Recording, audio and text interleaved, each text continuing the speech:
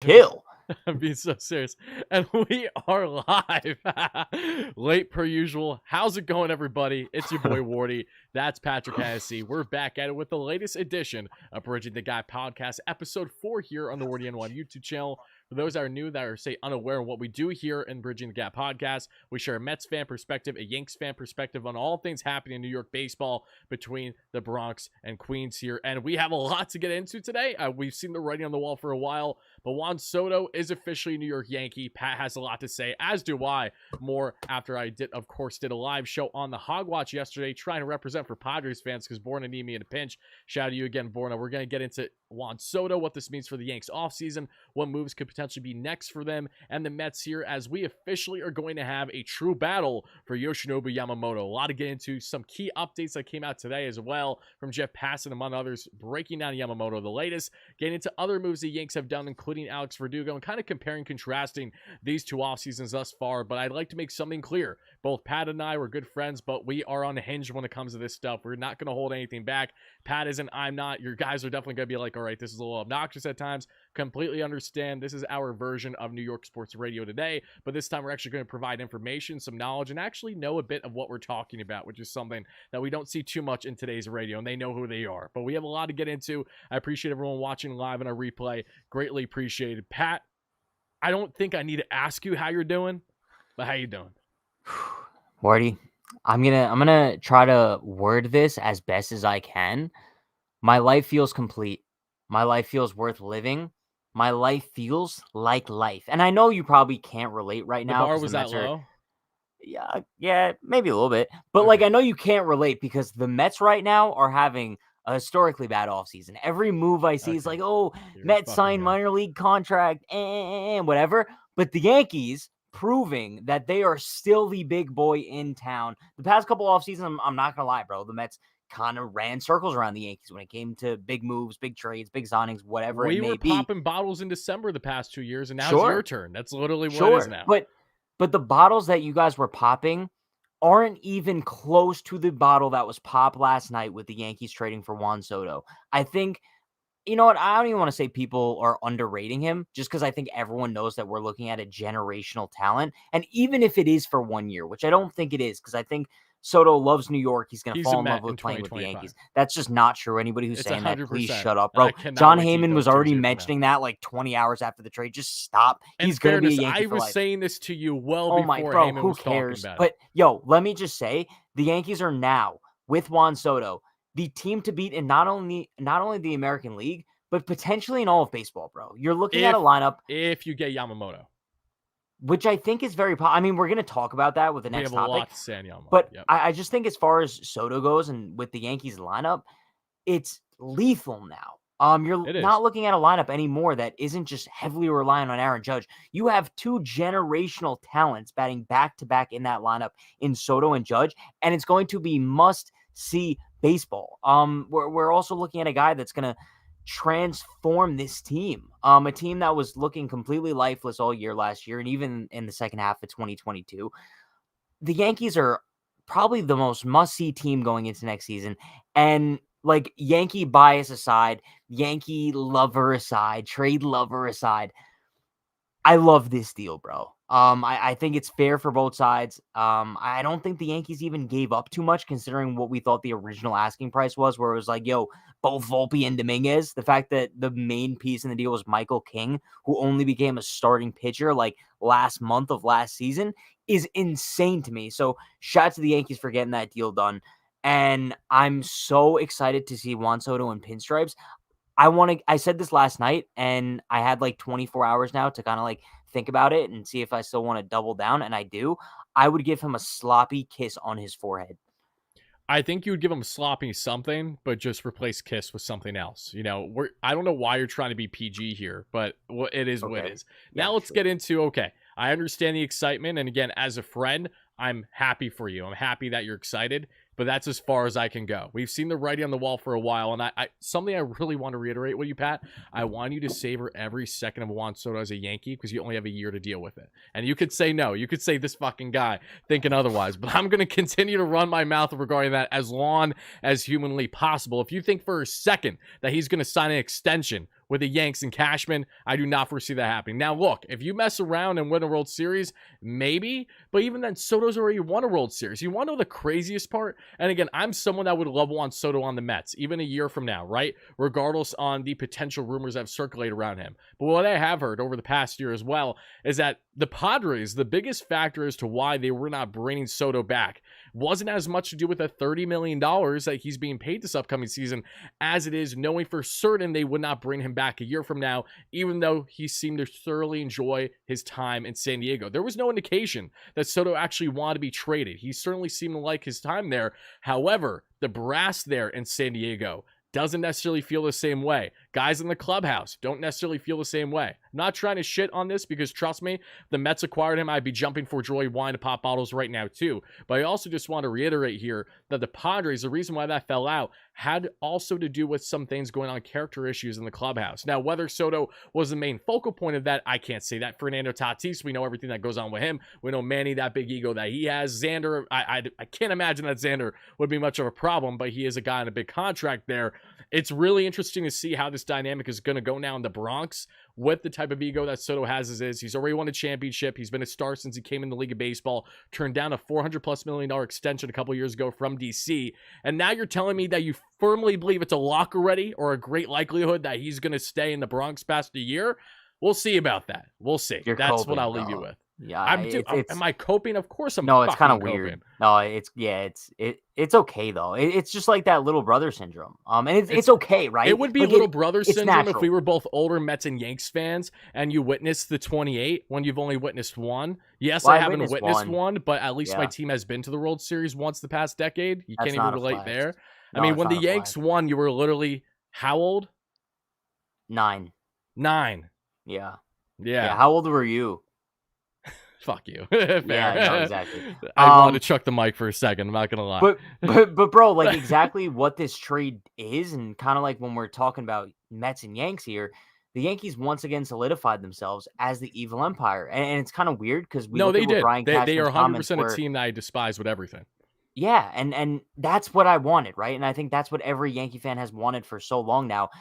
A couple weeks ago, we heard from Brian Cashman, like, oh, the Yankees are a really good fucking team, right?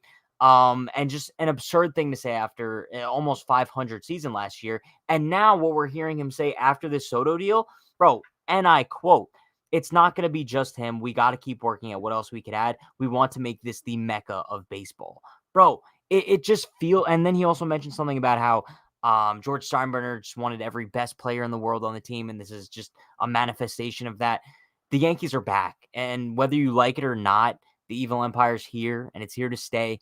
We have the 2 best hitters in Major League Baseball in Aaron Judge and Juan Soto, and the best pitcher in Major League Baseball in Garrett Cole. Bro, Wardy, I know it's going to be hard this season to watch, but I mean, it's not going to because I don't need to watch the Yanks. It would be different. Oh, you will? No, you're going to be forced, bro. Every time you go on Twitter, it's going to be highlights of Soto and Judge going back to back. Oh, you're going to hate the fact that there's these things called muted words on Twitter. Oh, you have Yankees muted on Twitter? No, but I'm going to with the way you're acting. 100%. Oh, that's so sad. No, why is it sad? Why worry about something that's irrelevant to me? Bro, if you mute me on Twitter, I'm going to. Yeah, now I'm going to. I dare you. Yeah. Okay. Cool. Are you actually doing it? Yeah, that's just wrong. Yeah. That's just not nice, but okay, that's fine. Whatever. Okay. Well, everyone's chiming in because we have north of 400 live viewers in here. Thank you guys all so much for chiming in. Make sure to smash that like and subscribe button as we're breaking down the latest in both Mets and Yanks land. As the New York Yankees pulled off the blockbuster, it took all day yesterday. Actually, Pat, I want to ask you a bit about that, what your emotions were like throughout the course of yesterday. They landed their guy. They get Juan Soto for a year at minimum, and now they're looking to have a full run of things here in 2024. And we're going to get into a lot of Yamamoto here shortly to share those updates and potentially what team may have an edge over another. Getting into, of course, comparing and contrasting these off seasons. Also, do want to mention briefly, everybody, that while it's not official, Jorge Lopez may be signing with the New York Mets, reliever who did not have a good season last year whatsoever. Initially came through like a Hispanic reporter. Michael Marino said that's what it says, but we have not heard any confirmation elsewhere yet. So we'll find out of that. So I get it that Juan Soto is a big deal, Pop a bottle, bro. But does it really matter when you can get Jorge Lopez? Like, I think this is, Dude. Instead of apples and oranges, it's like potato. I really don't think there's much of a difference if I'm being completely honest. We should make the whole episode about Jorge Lopez now, to be honest. Yeah, Oh. didn't he have a good year in 22? He did, but last year he didn't have a good year. So, granted, though, relievers are roller coasters, so I'm not overly fazed by that. I'll have to get into his numbers, though. We'll see. But how you doing? How's everybody feeling? I know we got Yanks fans in the live chat. We got plenty Mets fans because this is a Mets-centered channel, obviously. But I'm really, really curious how you guys are feeling. What's the discourse like? And Pat, take it away. What were your emotions like yesterday? How are you feeling? And for a second, I know it was a joke, but there were people like, did John Boy really mess up the deal? Like how Dave Roberts the day prior talking about Shohei Ohtani in the public eye and then realizing he shouldn't have. Like, taking me through what yesterday was like for you as a fan. I had a roller coaster of emotions. So, I mean, obviously we went to sleep on Tuesday night, kind of thinking like, yo, a deal was imminent. Like, it's going to get done on Wednesday for sure. And then Wednesday rolls around and we heard all the reports in the morning, like, yo, like the close to finalizing was kind of the word being thrown around, and then kind of different variations of that same sentence through every single reporter. And dude, then we went through a period of probably like 5 or 6 hours where it seemed like there was like a snag in the medicals or something was being worked out. The Padres scouting team was at some dinner. Brian Cashman and Aaron Boone are flying back home from Nashville. Like, there was just weird stuff going on. And during that period, I was kind of settling with myself. I was like, yo, it's fine. I thought Juan Soto was going to be a Yankee. I might not watch next season now, because let's just say that deal ended up falling through and the Yankees couldn't get Soto. Sure. I probably wouldn't watch next season. Like, it would be that difficult for me after realizing, like, yo, we're going to have Soto and now we're not, whatever. Bro, but you're such a fair weather fan. Holy fuck. Okay, we all know I was going to watch. Okay, that's actually, no, I'm taking that beyond face value. You weren't going to watch a single pitch. You'd be sucking off Garrett Cole when in reality you didn't watch more than 3 starts of his ass last year. It's fine. You are exactly what a large contingency of this Yanks fan base is. Casuals. Okay, I digress. Go ahead. Continue, please. Okay. And then I would probably say around like 7 o'clock, I was like, yo, this is going to get done tonight. So you know what I did? I ran my ass down to the liquor store and I bought myself 2 bottles of champagne. And you know what happened, bro? The news came out about 3 hours later. My question is, was your mom with you? Because I know they carded your ass. They did card me. Yeah, and they carded me, and then the lady apologized afterwards. And I said, no, it's fine. It's all good. Yeah. So I had a great day yesterday, though. How was your coping day? Did you have a lot of coping? If I'm being completely blunt with you, I wasn't all that bothered because I knew this was going to happen. We've seen this writing on the wall. It would bother me a lot more if it came out of nowhere. But this was a build-up. Like, we've been talking about this since we started the channel. It's really felt like Yanks or bust in regards to that. So, no, obviously I wasn't happy to see the trade happen, but I wasn't like, oh my God, there's no way. The only thing that caught me off guard was I fell asleep, wake up to my buddy Borna, who covers the Padres, spamming me saying, Tyler, I need you to stream for me, because he was sick as a dog yesterday on the one day that starts out like Juan Soto gets traded. So I was like, okay, I'll fill in the shoes for you. I did the live show. I was half asleep to start it, but it worked out. That's all I can really say. I've just been cooped up with a whole lot of nothing these winter meetings, and we have Shohei Ohtani more than anyone else to thank for that. Speaking of which, before we get on to a little bit more, we can expand more on Soto and get into Yamamoto, because that's a big discussion today as well. What has been your biggest takeaway from these underwhelming winter meetings, putting Juan Soto trade aside? Yeah, I mean, I think the issue is that, listen, don't get me wrong. Like, I think Shohei Ohtani's obviously great for the sport, right? Like, one of the greatest talents we've ever seen. But the dude's weird, bro. Like, very, very strange. Just in terms of, like, the way he's handling this free agency.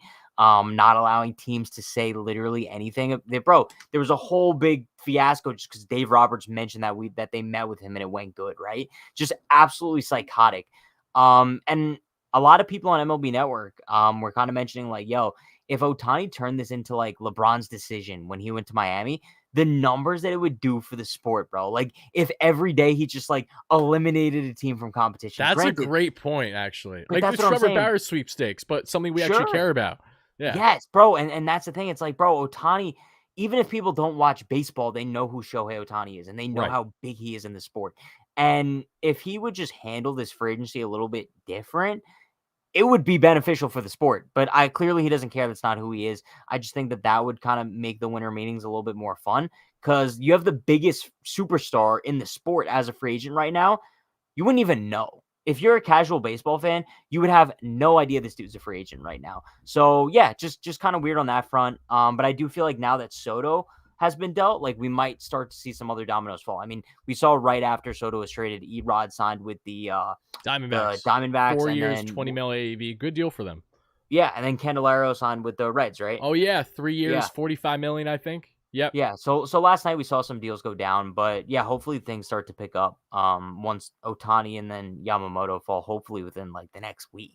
Yeah, and the Yamamoto one, I think this is a nice transition now because there's a lot going on in Yamamoto, and whether we find out a decision from him as soon as sometime next week or the following week, it'll happen sometime this December. But before we get there, shout out to everyone watching live on a replay. Happy to have you all in here. 1,200, thank you for $5 donation. It says, not even mad at the Yanks. I do want to punch Stearns in the face, not because of the Soto thing, but because he has a very punchable face. Our rotation is mid. Thank you for the donation, 1,200. I'm going to leave it at that. Pat, thank you so much for $5 haul. Says, just hope the Yankees don't destroy Soto the way they seem to do every outfielder they get their paws on before the Mets get him. There you go. I mean, that's a good point. Here's actually an interesting point. While I think there's some validation in this, Juan Soto pre-trade to San Diego was known for being able to spread the field so well, having power in doing so. Gets to San Diego, struggles mightily to be able to go oppo. He just loses it completely. This past season, was able to work on it a bit more, was able to spread the field similar to how he has done in years past, but still clearly a pull hitter. Now with the short porch, why isn't Juan going to prioritize pulling all those north of 40 bombs to right? You have to wonder on the potential downside that could have on his overall play. I'm not trying to down him, but this is something I've talked about actually over a year ago with his lack of ability to spread oppo, which is what he was notorious for, which is what has helped him be a generational talent. The guy can go oppo without a problem. Now with short porch, you're going to have a reluctancy to do so because you can just rip it to right all the time, or at least prioritize that more. It wouldn't shock me the slightest if Soto, again, has a monster year with the home runs and the RBIs, but maybe does get a little bit down the contact. Strikeouts could be up. What's your thoughts on that? Not worried. Bro, Juan Soto's a generational hitter. Nothing about him coming into the season worries me. Like, I genuinely think aside from his dog shit defense, dude, it doesn't worry me. It doesn't because I would be saying the same thing. Yeah, bro. When it comes to that, it's like the offense, the more than makes up for it. And if I'm looking at like the market right now, Soto's 10,000 times more of a sure thing to me than Ohtani is. Like, I'd much rather give Soto a 10-year deal than Ohtani. Yeah, I can agree with that. Just given where they're currently at age-wise, I would probably But I think also skill set wise too, bro. The injuries with Ohtani scare me, bro. Like, I think that he's severely overvalued on the market right now. I don't necessarily agree, only because Ohtani, like, what's his pitching career look like? But here's the thing though, wherever he signs, he's likely going to get a contract where there's a shit ton more money, like north of either 50 to $100 million more potentially, if he fully returns healthy from TJ, pitches a number of innings over consecutive seasons. Like, that is what's going to make this contract so interesting, because it's not going to be one where he's getting around 600 mil and that's it. There's no, exclusive clauses to it or anything like that. So whoever signs him, whether it's the Dodgers, whether it's the Toronto Blue Jays, wherever he goes, they're going to have a very creative structure with him. Similar to, the creativity that you see other teams show with Carlos Correa with the Minnesota Twins, because there's a lot more money that can be had there should he stay healthy. Kodai Senga, on a much smaller scale, there is a opt-out the Mets could go through after the third season, or in his case, if he misses time because of TJ. So it's a unique one for sure, but I think talent-wise, it's hard to argue anyone is better than Shohei Ohtani, truly. Like, I know that you love Aaron Judge and you firmly believe that there are times where Judge is the best player in baseball. I'm sorry, but as long as Shohei Ohtani is healthy, it's really hard to argue that. I just don't see it. The guy is a multi-war player, both as a pitcher and a hitter. You combine them, he's in a class of his own. The fact that there's even debates about Shohei Ohtani being the best player in baseball is asinine to me. No, but I mean, 2022, like, you can't argue Judge was the MVP. Like, bro, Judge... No, I can argue it, though. Because how? I'm sorry, was Judge carving up batters the way that Shohei was? Like, Did Ohtani hit 62 home runs? Okay, but home runs don't account for everything in production. But neither does pitching for a mediocre Los Angeles Angels team. But that's not his fault, though. You can't put blame on him. Is that him. Judge's fault? Shohei alone has been a massive factor into the win production the Angels have had over the number of years. If you just add up the WAR over those seasons, without Shohei, Angels would be a far worse team. I view it like this: would you rather have a guy excel historically at one thing, or just be above average at two things? Above average at two things because it's an anomaly? Yeah, okay. If it was the best player award. And on top of that, it's not like Judge had the home run record universally in baseball. That would be a different discussion. Bro, no. Okay, let's not discredit Judge's right. Bro, no. I'm not discrediting it. I'm saying there's a difference. If him hitting the 60-plus meant that universally he had the most home runs in a season in MLB history, that is where I think your argument has some more validation. Not when it's only in the AL. I'm sorry. No, but I think Judge winning MVP in 2022 credits Ohtani, just in terms of the only way Ohtani doesn't win MVP is if someone has a historic season like Aaron Judge. That was the only way Ohtani wasn't winning the MVP, bro. And that's the only way he will continue not to win the MVP if he's healthy, is someone putting up historic numbers like Judge did in 2022. I think right, but if you look at the numbers that Shohei is doing, how are you saying that he isn't rewriting history constantly? Because that's exactly what he's doing. Constantly, sure, but we're talking about like historical outlier seasons. I don't know. I think the biggest I could see the argument being made. This. Sure. If you weren't a Yanks fan, I don't think I'm hearing this from you. No, that's no, I think you are, bro. But when was the last time you saw a guy hit 62 home runs? I don't know. Was it Bonds? Was that the last one? No, okay, so that's what I'm saying. It's like I could see the argument, though, where someone might want to be like, yo, Ohtani wins MVP every single year. Like, sure. But for the sake of the sport, Judge hitting 62 home runs, MVP in my book. And for a Yankees team that won 100 games, bro. We can agree to disagree. I understand a little bit of what you're saying, but you're going to have to do more. If Judge goes out and has multiple historic seasons, then I think we have a much bigger discussion. Okay. Before we move on, because we got to move on from this, but I'm kind of having fun. Let's say in 2024, Judge hits 67 home runs, right? Yankees win the division, whatever. Like, amazing season, better than 2022. And then Ohtani on the flip side, let's say he hits, I don't know, 32 home runs, like 850 OPS, let's say, and then pitches to, he has like a 3.5 ERA. Who's your MVP? Wait, I'm sorry. Repeat that first half. I heard the 3.5 ERA, but I didn't hear what you said about Judge. He has like an 8. Oh, Judge, he hit like 67 home runs and like 1,000 OPS. It's tough. If he's getting north of 70 bombs without steroids, that's tough. But at the same time, I think that there's a lot more value that goes in hand than strictly home runs. Yes, he still hits for great contact, has awesome slug, OPS, all those things. But Ohtani isn't just at times above average player.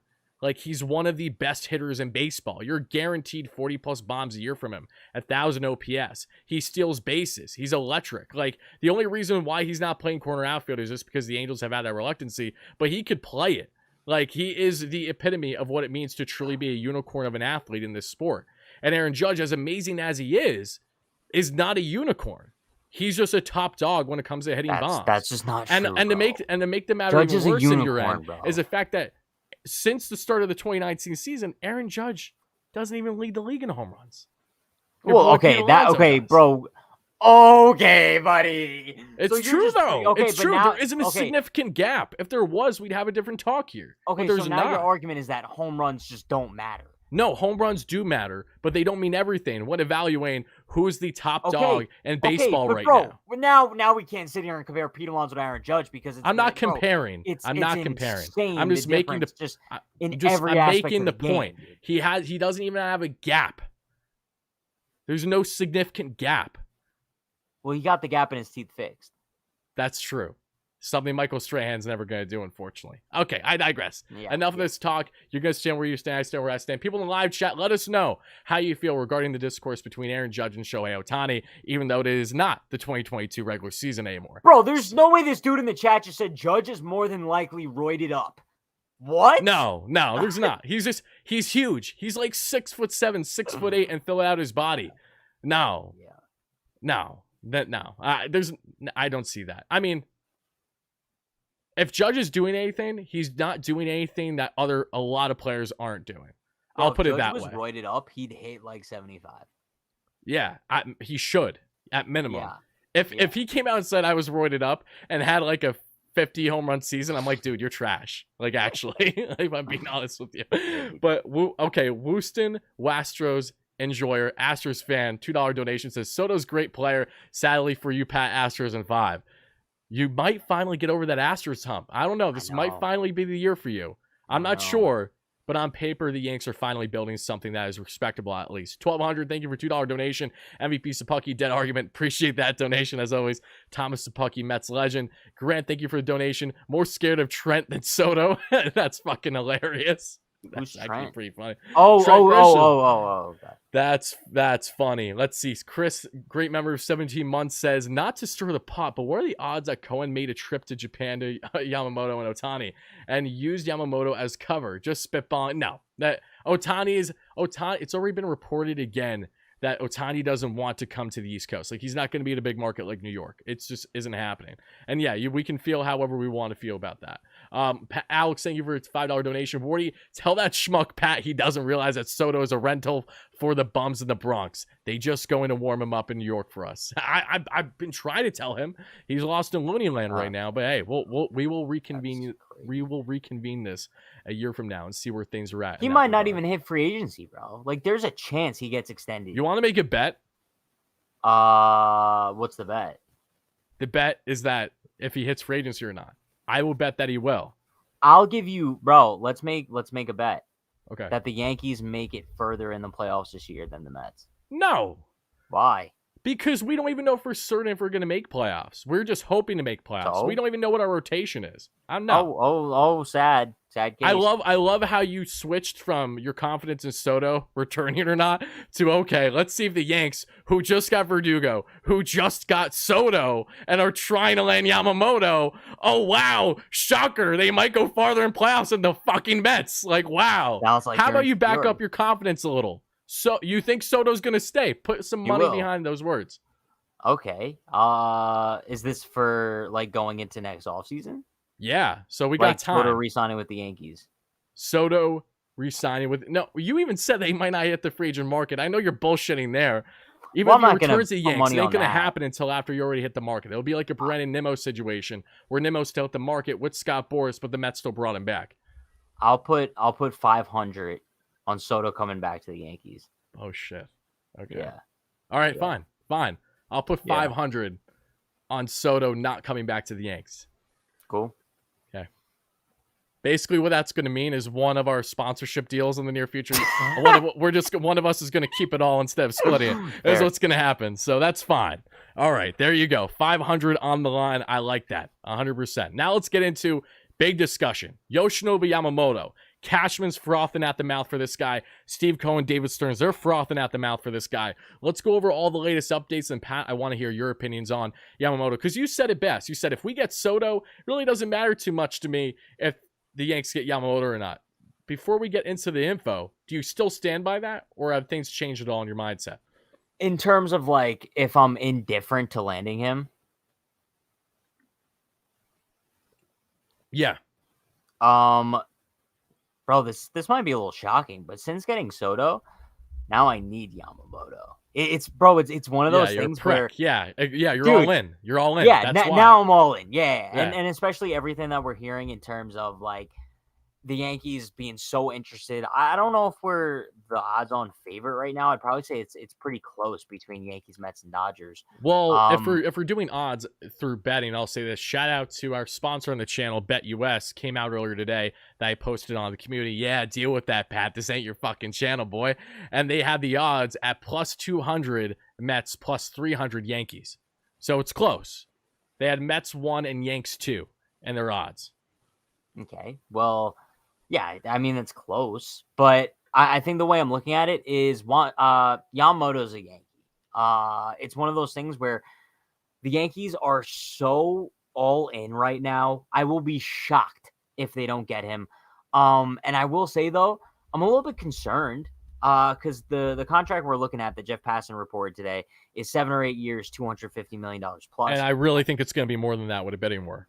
Yeah, and if it's 300 plus million for a guy that's never pitched in North America before, it's a little bit scary. But it's one of those risks that you kind of have to take. Especially the Yankees, bro. I mean, you're looking at a solidified 2 behind Cole. Considering you also have Rodon coming back next year, Nestor coming back next year. I mean, we could be looking at one of the greatest rotations in Major League Baseball history. Yeah, that's exactly what they were saying last season. By all means, say it again. By all fucking means. If spew it out there. Yanks fans, clip that shit right now when half your rotation is on the injured list in a couple months. Please. Thank you in advance. Unbelievable, Pat. Yeah, I give you credit. You double down. There's that.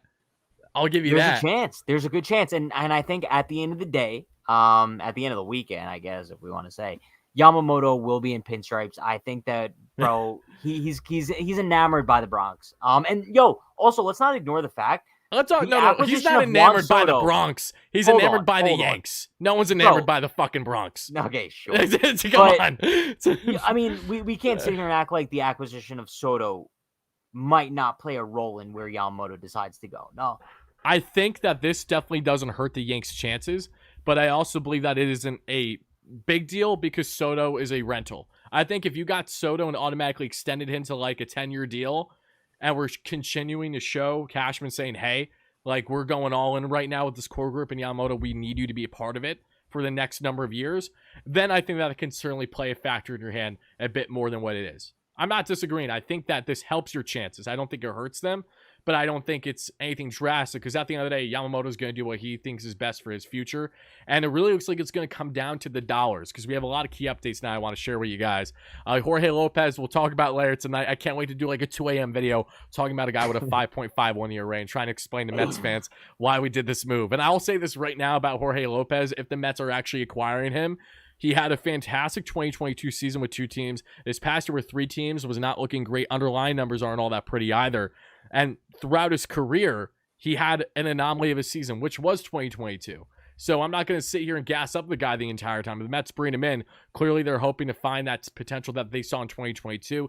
Clearly, he probably has a pitch or two, which he's pretty nasty, and they just got to get things down either with command. And, of course, his strikeout rate was the second lowest in his career this past year. First lowest being in 2018 and around about the same sample size. We'll talk about Lopez when the time is right, but I think we need to find out a little bit more reporting on that. But enough of that. Let's talk about the latest updates, okay? Because what we've seen reportedly, let's start with Wolf Salmon of The Athletic that came out yesterday and stated the following. 1, there are 7 teams currently involved in Yamamoto's market. They consist of the Mets, the Yanks, the Red Sox, the LA Dodgers, the San Francisco Giants, and 2 mystery teams. What mystery teams do you think they are? What do you think? If I had to guess, I'd probably say Blue Jays because it seems like the Blue Jays are kind of having some fun right now, especially with Ohtani. If they land Ohtani, that's going to kind of be nuts. You're going to have to deal with the Shohei versus Judge debacle a lot more too. That will actually be entertaining. Should happen. Yeah, which is fine because I mean the Blue Jays never do anything, but. Yeah, but also, if they get Shohei Ohtani, then they will do something. But no, because I think that they would probably have to trade either Vlad or Bo. And I think this season? No, probably at the end of next season, and whatever. But still, the Blue Jays wouldn't scare me regardless. But I would say the Blue Jays, and then who could be the other mystery team? Mariners, maybe. Nah, I think it's 1, the Philadelphia Phillies. Because they're still heavily involved in the market, and they noted that early after bringing back Noah. I think it's the Phillies or maybe the Chicago Cubs. Okay. That's just my educated guesses right now. We do have some more donations I'm going to get to shortly, but let's continue with the updates.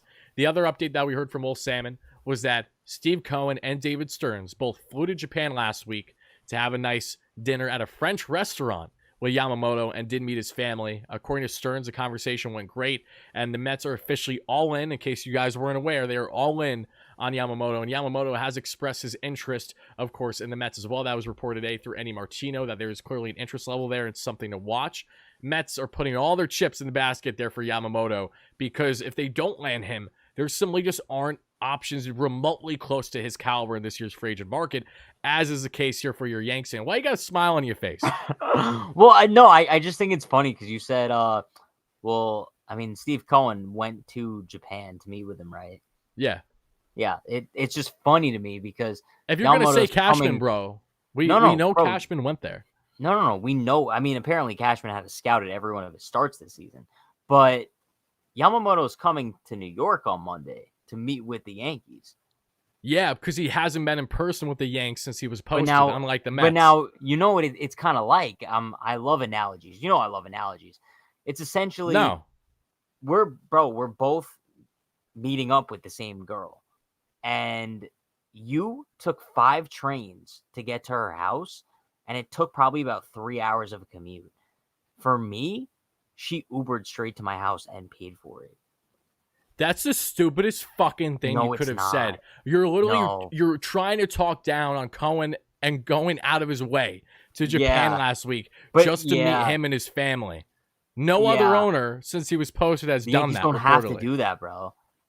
Yeah, it's a real beta move. You know what? It's almost like when you're the richest owner of baseball and you want something, you want to do your best to get it. It's almost like Cashman. It's almost like Cashman has said not all that long ago. You know, who can best Cohen? No one really can when you think about it.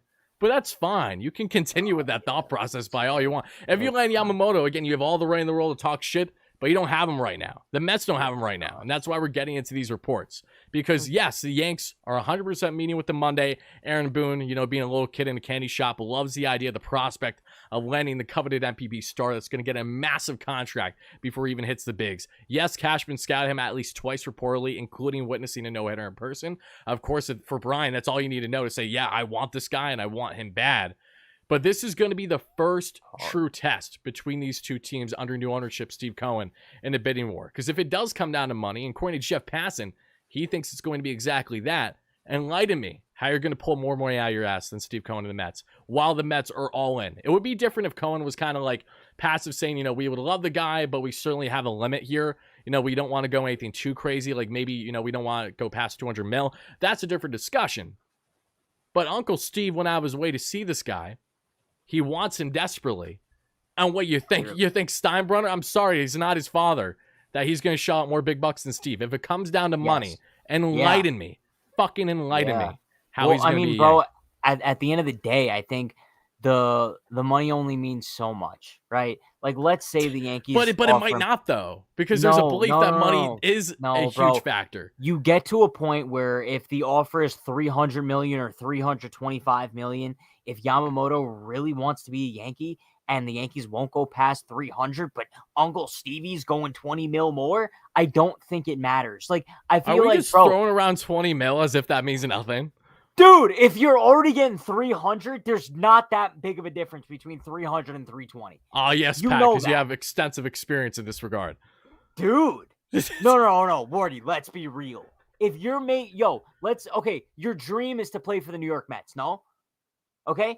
But there's been nothing to indicate that Yamamoto's dream has always been to play for the Yankees. Wardy, stop. No. Let's put this in your shoes. You cover the Mets very, very well, right? Let's say New York Mets come to you. They email you and say, Wardy, we want you to cover our team for the next 10 years, and we will give you $10 million a year to do so.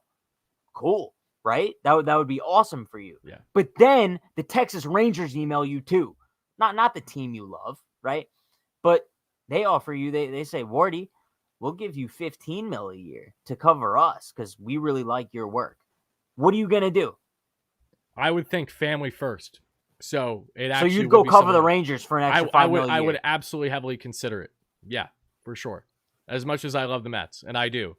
And my Mets fandom would never stop. But that's where it's a job at that point. You know what I mean? Like, yes, what I do right now, you could label as a job because it's what I do for my everyday thing. But that's a different discussion there. You know, that's $5 additional million per year as someone who would be doing similar work, just covering the team. You're telling me I don't even have to play?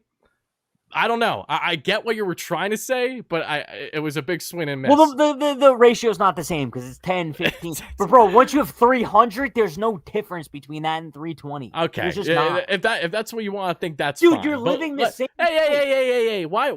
Just calm your tits for 2 seconds, all right? Passan today on Pat McAfee said the following.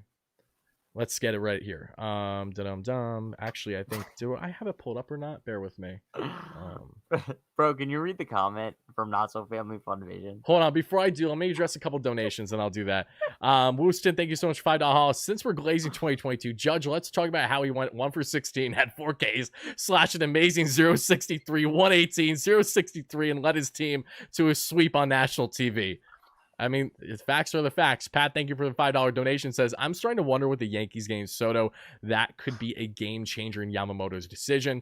Okay, thank you for the donation. Appreciate that. Is Stearns throwing shit at the wall to see what sticks, says Pat? No, he's not. He's adding a lot of different arms, and that's exactly what he did during his time in Milwaukee. And that's why Milwaukee had one of the better rotations in bullpen and baseball during his tenure there. Screw Yamamoto. Bring back Joely Rodriguez, says 1200. Stop. What is this nonsense? My goodness. Yeah. Oh, that's actually hilarious. What was the comment that you want? Wait. What was the comment you want me to address quick? It was Not So Family Fun Vision said $5 million is a lot for broke boys like you. 100%, dude. What, you thinking I'm making an absolute bag right now? Yeah, 100%. Wow, you got me. A guy who just talks about the Mets for a living on YouTube isn't worth $200,000, $300,000+ right now. Crazy concept. I know. To me, you are, Wardy. Oh, this is why we have the show. This is why, even though you drive me insane, we have the show. But let's get back into it. We have some donations I'll answer shortly. But getting back into Jeff Passan's comments, this is exactly what he said on Pat McAfee's show today. And it was certainly interesting to me, and it was to plenty others. And I quote, I think Yamamoto wants to get paid. Steve Cohen flew all the way to Japan to see him, private jet all the way to the other side of the world. If he was willing to do that, I think that says a lot about how he feels about Yamamoto. They didn't get Soto. They are not going to get Ohtani. They want Yamamoto pretty bad. I think for the Mets here, not that they factor in too much on what the Yankees do, but there's something to acknowledge there. And we know that the Mets don't get Yamamoto. They're not going to get anything remotely close in talent this offseason, more than likely. Which further proves that if we're talking about desperation, this plays in the Mets' hand here. Now, playing devil's advocate, speaking on Yanks' behalf, we know how much Cashman likes this guy. Cashman said, they're going to give it their best efforts. He knows he's dealing with Cohen here, and that's not an easy thing for Cashman to deal with because we've never seen really a true bidding war. I'm really excited to see how this is going to play out, truthfully. But we also have heard reports that by acquiring Soto, knowing that at the end of the day he is a rental, this further prompts Cashman to go all in this offseason and go through that luxury tax. That we have seen the same type of aggressiveness with Steve Cohen and Billy Epler the past couple offseasons. If you're going to go all in, you might as well do as much as you possibly can, knowing that there is, again, no guarantee that Juan's going to be there a year from now. So if I'm in Cashman's shoes, I 100% go by that thought process. Yeah, I'm going to do everything I possibly can. Of course, it's going to come down to not only the dollars, but preference here from Yamamoto, I'm sure, but I'm going to do everything I can. And that's why I think this thing is going to get insane, and I'm really, really intrigued on how it's all going to play out. And to everyone watching live, because we have over 500 concurrent viewers, I want to know, how does everyone feel? From a Mets fan perspective, what is your confidence level in landing Yamamoto? From a Yanks fan perspective, what is your confidence in landing Yamamoto? And we can get into the pros and cons for both here on like what gives the Mets the upper edge, what gives the Yanks. Correct me if I'm wrong here. The Yanks have the history. We know that. There is no denying that. They, of course, are the reason why you think from a national perspective, a global perspective, the Yanks and the Red Sox are always the first teams that pop in your mind, and for good reason. Having said that, what have the Yanks done over the past decade plus? Little to nothing. What have they done under Cashman during that time? Again, not a whole lot in a long period of time. Things are starting to change. I understand that.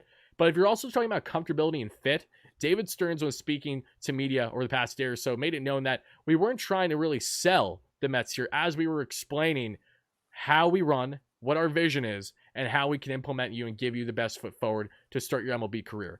And something that the Mets have the Yanks don't have, because a lot of people are saying, but what about Tanaka? Well, here's the thing. As great as Tanaka was during his time with the Yanks, Kodai Senga in his first year with the Mets had a better year than Tanaka's ever put up at the MLB level. Oh, brother. That's something to take into consideration. You could shake your head no, but it's the truth. And you for can't this to sit be here that and recent, say Senga's better than Tanaka after one season. I mean, considering I'm not saying he's better than Tanaka overall, but we're basing what he's done in the MLB so far. He's had a better year than Tanaka has ever had in his career. Let me That's see something Senga to do it in the acknowledge. playoffs. Oh, wait. The Mets never make the playoffs. Oh, wow. His first year. He didn't make playoffs. Shame on Senga for not pulling the weight and getting the Mets over the hump. God forbid. The Mets had the recent success with a very talented MPB pitcher. Yamamoto has expressed a willingness to play with fellow Japanese countrymen. You're in Flushing, Queens, mind you. This ain't the Bronx. There's a different type of descent there that goes in favor here of what Yamamoto, I'm sure, would feel comfortable with. There are a lot of things playing in the Mets' favor here, as are factors playing in the Yanks' favor here. And that's why when I evaluate this, I do not think that's a slam dunk for the Mets. I don't think it's a slam dunk for the Yanks. I'm not going to count the Dodgers, especially if somehow, some way Shohei Say goes to Toronto. Then I think the Dodgers and the Giants and Lank are going to be like, we need to do everything we can to get these guys. So my question to you, Pat, especially in the scenario where Shohei Ohtani does not go to a Cali team, right? If he doesn't go to the Giants, doesn't go to the Dodgers. Sure. What is your concern level with them being a part of this market? And of course, the Boston Red Sox are still there. They would love Yamamoto, but they're still a team where, until proven otherwise, I don't know how likely that is. They do have Matsuyama Yoshida. That is something to take into consideration, absolutely. Former teammate of Yamamoto's, but I digress. Go ahead. What's the question? The question is, if Shohei goes to Toronto or goes somewhere that isn't Cali, am I worried about the Dodgers? Level? Are you worried about the Dodgers? Or worried about the Giants? And if so, to what degree? No, I'm not worried about any team in the pursuit for Yamamoto.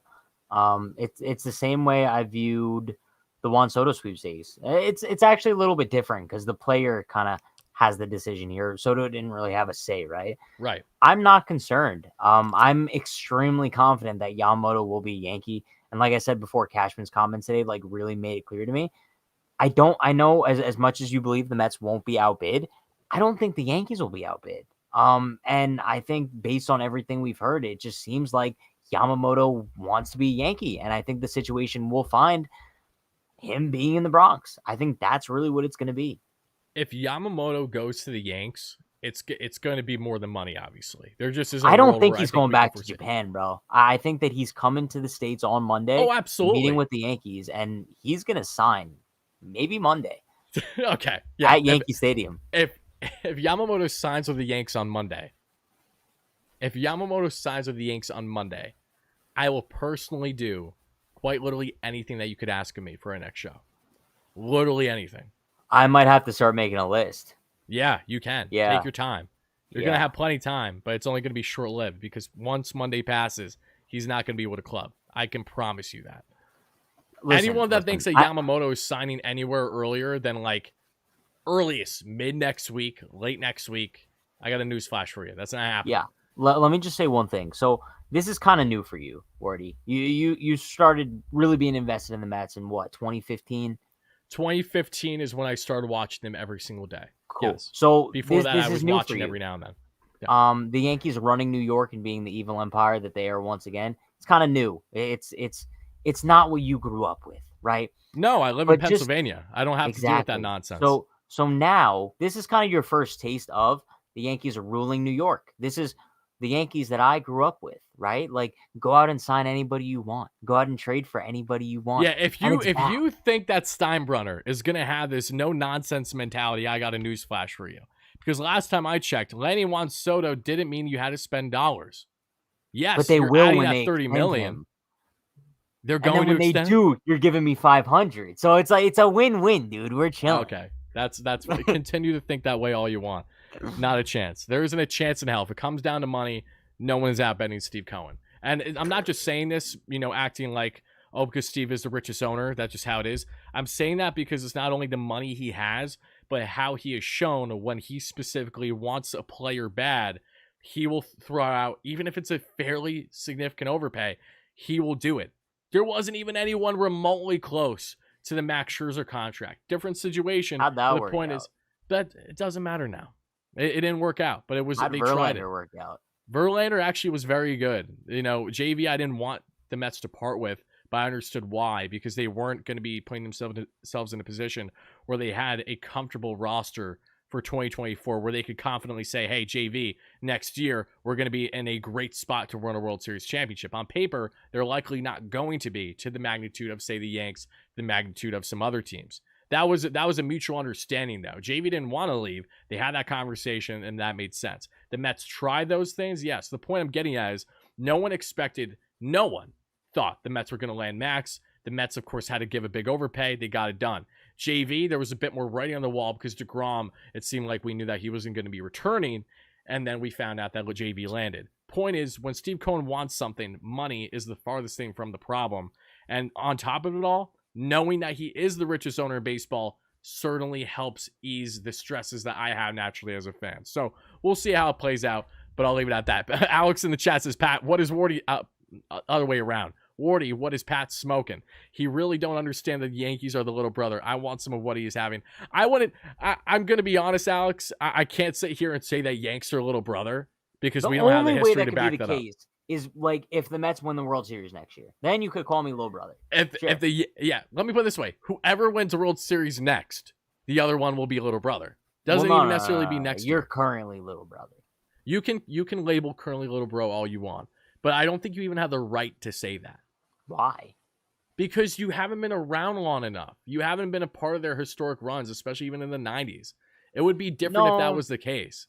Like, sure. I feel like if you're going to talk shit, you need to be at least in your 40s, you know? Like, I think that's a valid thing to say. And for those fans, while they may frustrate me, they have all the right to talk shit. They're like, I witnessed this, that, this, and that. And then you witnessed one, and I commend you. I don't know what that feeling's like. You know, as a 9-year-old, I witnessed my favorite team, the Pittsburgh Steelers, win a Super Bowl, but I was also semi-preoccupied playing with my friends at the time. Didn't have the same magnitude and feeling because I was a kid. Oh, you had friends? I know, some of you can't relate. What was that like? What was that like, you said? Yeah. You got to be quicker with your comebacks. I'm ready for them. I'm ready for literally everything here. Or do you bring out my bunny? I might have to bring out one of my bunnies before the end of the show. I'm not even going to. You have multiple? I have 2. Yeah. And it's very random. I 100% get it. And there's no more explanation than walking in the store because I love going to pet stores and seeing the puppies and stuff. And one day I saw this adorable bunny and I was like, I have to get it because I grew up having rabbits as like house pets. And then a year later, got another one. That's all there is to it. I had a hamster. It died. It did a Jeff Hardy swanton bomb from the top of its cage. It's not funny. It died on impact? Are you serious? No, it died a couple days later. I thought he was sleeping. And you didn't stop it? From jumping? No, I don't want to talk about it. Like swanton, but like he would he would climb up the side of the cage and then like dive off. I'm sorry, my condolences, Pat. Yeah, no. Thank you for the donation, Pat. Pat says, is Stearns throwing shit at the wall to see what six answered that already? Buzz Talk, thank you for donation, says, with all these subpar bullpen moves, the Mets have made how this will affect Jeremy Hefner's ability to get these guys right. Banking on Hef a lot. I don't think, personally, I'm not banking on Hef like a tremendous amount. Obviously, I like Jeremy Hefner, and he has had success with the Mets pitching staff in years past. But I don't know if he's an X factor, but I do think Hefner comes into play a little bit with Yamamoto, only because he was a big factor in how to utilize Senga this season, you know, because the Mets had to be very strategic. They started essentially kind of with a 6-man with Senga, and as the year went on, they then limited that to every 5th day, which is what you're supposed to. Because these MPB pitchers, in case you're unaware, Pat, wouldn't shock me if you're not, you only pitch around once a week or so in the MPB, versus you're going every 5th day here at the MLB level. And the reason why I say that is you didn't know who Jung-Hoo Lee was. So okay, no, dude, I know that because, bro, Tanaka was a Yankee. So obviously it was like whenever the Yankees could give him an extra day of rest, it was beneficial. Yes, exactly. And the Mets have an upper hand in that regard because they just dealt with it this past year. So it would just be more the same if they bring in Yamamoto for sure. John, thank you so much for a $10 donation. Says, Wardy, I'm a huge Mets fan, but I'm jealous Mets don't have anything close to a Judge Soto combo. Who isn't? And who isn't? This isn't, there's no denying as a Mets fan, we would love a tandem like that. I'm not disagreeing with you there, John. Thank you for the donation. Let's see what we got. Let's see. Wardy, can you ask Pat about the time he ran over someone in Times Square? No, that's just I probably just read that. It's not true. Okay. I missed Record too, by the way, Rick. Shout out to Rick. He was on MLB Network tonight, and that's exactly why we haven't been able to do as much stuff with Rec. He's been way too busy with his schedule. Go back to what you're saying. Let's talk now. The most important conversation tonight. You ran over someone. You're on the loose still. Why aren't you arrested? Why are we doing this show? This is ridiculous. Dude, the way you're that's a fraud, worded you're a fair weather insane. fan, and you're a crook. No, I was wheeling this was probably like this was a year and a half ago at this point. I was wheeling a suitcase. And because you hit someone, it's been a year and a half later, that changes things? No, I was wheeling a suitcase through Times Square, and I accidentally ran over someone's foot. I didn't Dude, you broke their foot. Huh? No, you broke their foot. No, they were a tourist, so they were a little confused. I just want to know how silly you are to bring this in the public eye. Like, you're confessing, bro. Like, dude, FBI's better rain down and be like, bitch, we got him. No, because the way some people word it's like, yo, Pat ran someone over in Times Square. Like, dude, who says that? Dude, I literally saw a video of you last week just swerving everywhere in Manhattan. Like, that was you. Okay, buddy. Relax. But they didn't do anything because, God forbid, the cops do what they're supposed to in Manhattan. But I digress. That's a different discussion. Okay, let's see. Hold on. I lost focus again in the camera. There we go. All right, a couple more things before we get out of here to wrap up the show. We'll answer some comments, too. Let's talk about the offseason for both these teams as a whole, right? The Yanks headed into this offseason with a lot of question marks, a completely open outfield. They want to add their rotation. They need to add some depth to their pen as well, especially after losing the Michael Caines of the world. Like, that was a key piece for you guys. I'm curious to know how the Yanks are going to try to replace that. But I will say this, as much as it's been hilarious ragging on Cashman the past couple of years, really since I started Mets YouTube, you know, the Yanks have just been a dumpster fire. They've had a great run or two, but they have choked big time in the big moment. And so have my Mets. I can't deny that as well. But Cashman had a lot of pressure, was very fiery, was talking all this shit entering the offseason. And I will commend him. He's backing up the way that he approached media heading in the offseason so far. Yeah. He's doing things that he has not done in a number of years. I don't know if this is finally because he feels like he has pressure from ownership. Hard to believe with how Steinbrenner runs things, but it's a possibility. We know the fans have been openly shit-talking on Cashman every single time he's in the public eye. If he's a part of any type of announcement at Yankee Stadium, the boos have rained on this man for a number of years now. He's fed up with it. That plays a part too, and they're doing all they can to win.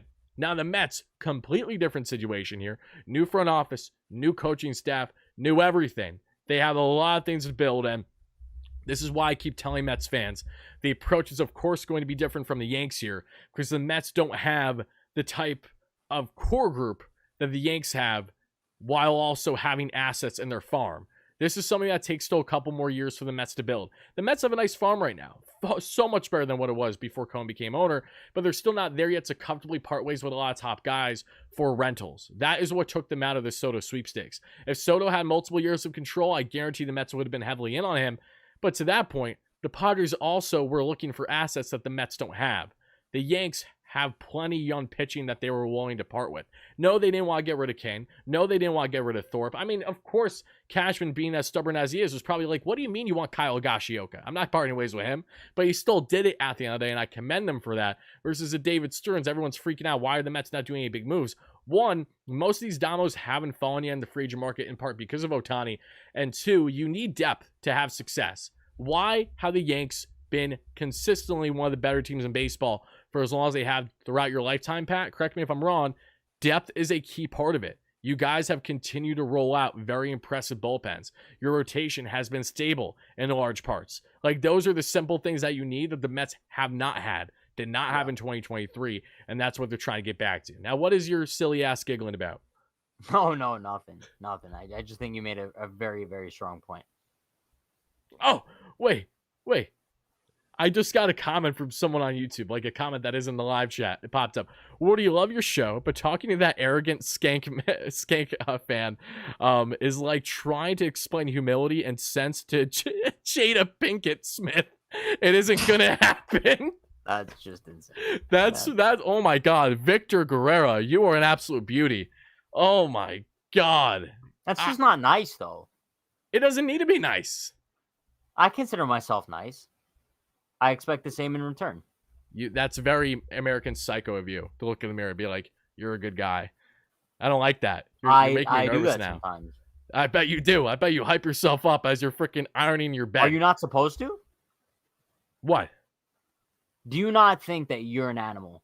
Do you not wake up in the morning, you're like, yo, I'm a dog? I wake up and I'm like, damn, I have a headache. Really? Yeah, because I'm sitting here all the time. Bro, I wake up in the morning. Draining. And bro, I love it, but it takes up a lot of my day.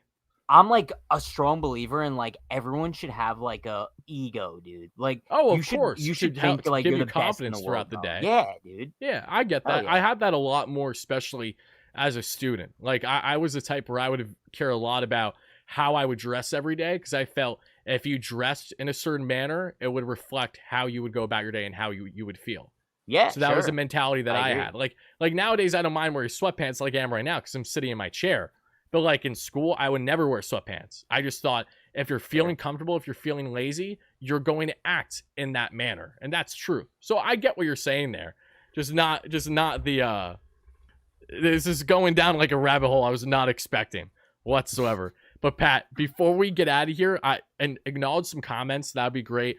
I'm going to show you guys one of my bunnies right now is what I'm going to do. Oh, cool. Yeah. Okay. So go answer some comments. Someone did donate. Did I miss it? Let me double check. Okay, no. So you're telling me. I didn't miss it. Okay, Morty, get out of here. Wait, all right, bye. All right. Bye, buddy. Bye, little bro. Okay, cool. So chat, now that it's me and you, if you know, you know, I'm the captain now. Let's read some comments. We got a donation from John G with a $10 donut. Shout out to you. He says, Wardy, I'm a huge Mets fan, but I'm jealous. Mets don't have anything. Oh, read that. Huh. Funny. Let's see. VFR with a $2 dono. Zero confidence in this rotate. It's utter trash. Cool. Mets fans, I love you. Yankee fans, you know I love you. Pat, okay, not gonna read that comment. Oh my god, he has the rabbits. Let me see it. Let me see the rabbits. You're muted. Yeah, I'm here. Hold on. I'm gonna have What's to put his name? It's her name. Her name's What's Gigi. her? Oh my goodness. Hi, Gigi. Oh my god, it's so fluffy. Oh my god. Yeah, now you get it a little bit. They're just adorable. Can I touch her? Yeah, go ahead. Hi, Gigi. Yeah, she didn't like that. I'm not surprised. Oh. She's not used to being around Yanks fans. It gets her angst a little bit. Oh. Yeah, but that's Gigi. I haven't shown her on stream in over a year, and people still comment and ask about her all the time. Stormy's the other one I have, and she's called that way not because of freaking Kylie. Just she looks like a thunderstorm because she's like gray and black. But yeah, I would bring them on my first year on YouTube when I'd be doing the watch parties like with you. And if the Mets were losing, which was a lot of the games, I would bring them on calling it a rally rabbit. And, you know, instead of like the inside out hat, I bring out the bunny for an inning.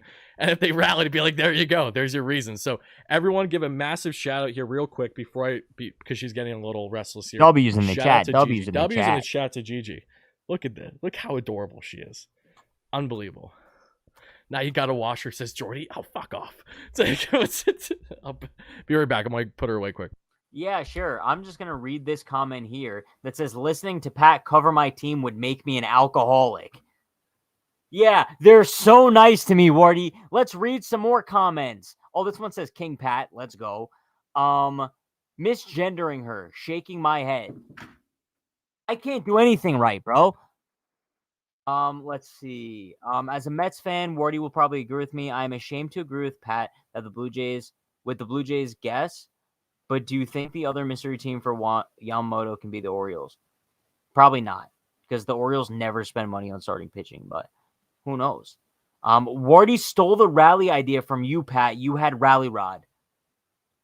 So you copied me, huh? Dude, who the fuck gives a fuck about Rally Rod? Oh, no. Now you just made yourself like public enemy. No. Like, dude, no. You could say Yanks fans hate a Mets fan that they already hated. No. You could shaking in my boots. If you roasted me, if you said something bad about me, like they would love it because they hate me. But dude, if you say something about Rally Rod, it's like a nuclear siren goes off. It's bad. Where is Rally Rod, huh? He's in my closet. Oh, of course. Just waiting to come out. Yeah, fitting. Okay, there you go. Yeah, all right. My phone's on 1%. Cool. Okay, so does that? Yeah. Are you streaming on your phone right now? No, but I'm reading chat. Okay. Yeah, cool. Okay. Yeah, Okay. no, that's awesome, actually. Yeah. Cool. Okay. Let's see. 1,200, zero confidence in this rotation is utter trash. I mean, right now, I agree. We have Kodai Singh and Jose Quintana. Those are our only locks. Luis Severino's our number 3 right now. Yeah, like, I feel that. Yeah. That's why we need to add more. We need more. And we need Mr. Yamamoto. But I think that's about going to wrap up the show. We passed an hour already. We peaked at 500 viewers. You guys are absolute beauties. We were all over the place. I'm sure if you like this type of content, then I hope you guys have been eating it up for breakfast. If you hate it, then my recommendation is just don't watch it. I think the comments that always crack me up is like, Wardy, like big fan, but it's like, dude, I can't stand the idea of you talking about the Yankees or something. I'm like, then don't watch it. It's okay. Yeah, no, like that's fair. 95% of the content on the channel is just Mets. God forbid I want to branch a little bit more here because it's New York as well. And I'm sorry, if I look around the space right now, Pat, let me know if you agree or disagree. Who else is out there that I think is at least palatable a little bit in this creator space that's doing Mets and Yanks stuff weekly? No one. No one. And even if they are, and they could be, and congratulations to them. Like, there's nothing wrong with that. No, I'm unaware. Like, I really am. Like, Pat and I have been wanting to do this since we first met because we hit it off right away. I mean, if you couldn't tell. And this is just something that's been in the works for a bit. And we're finally happy to be doing it together. But especially with today's radio. And look, I'm not going to go out to name call or anything like that. But it is so hard to digest. And I understand that I can get away from it a bit more because I don't reside in New York. So it's not like I'm turning on the radio right away and this is all the stuff I'm hearing. But having said that, I just feel like things have nosedived so much in today's New York radio space. It's a shell of what it once was. It's one thing to be controversial with your takes and be like, oh, hot-headed, which is what you and I do from time to time. But it's another when you have the utmost confidence that you know what you're talking about and you've watched zero film of the player. You didn't look up the numbers for over a year. Like, you're going to tell me, okay, you're talking about all these different sports and things when you know a sliver of one just because you're a diehard fan in that one area. Like, it's frustrating. It really is to me, and I hope you guys enjoy the type of dynamic, the duo that we have here going. So, Pat, before we wrap things up, any final remarks you got? Yeah. 4 words. Five words. That was so... No, Soto we should just cut it there. A Yankee. There you go. You sure? You want to count it out again? Say it with me, kids. Yeah. No, it's 5. Yep.